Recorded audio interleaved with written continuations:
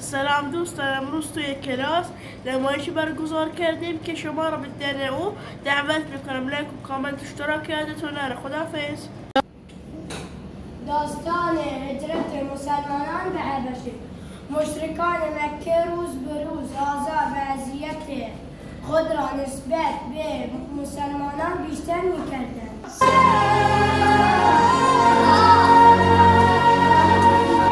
ای جعفر، این گروه مسلمانان را پیش پادشاه حبشه ببر تا از گروه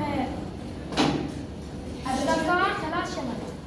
مشرکان که این ماجرا با خبر شده، نمایندگانشان را به حبشه فرستادند تا از مسلمانان بدگویی کنند و از نجاشی پادشاه حبشه بخواهند آنها را بیرون کند. نجاشی گفت اینها کشور ما پناه بردند. ما اول به حرف آنها گوش کن و بعد تصمیم بگیر.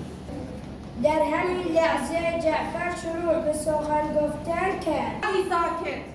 ما مردمی بتپرست بودیم، با همسایگان خود بدرفتاری میکردیم، به ناتوانا زور میگفتیم. خدای یکتا فردی را از بین ما به پیامبری انتخاب کرد. او به ما یاد داد که خداپرست باشیم، با یکدیگر خوشرفتاری کنیم.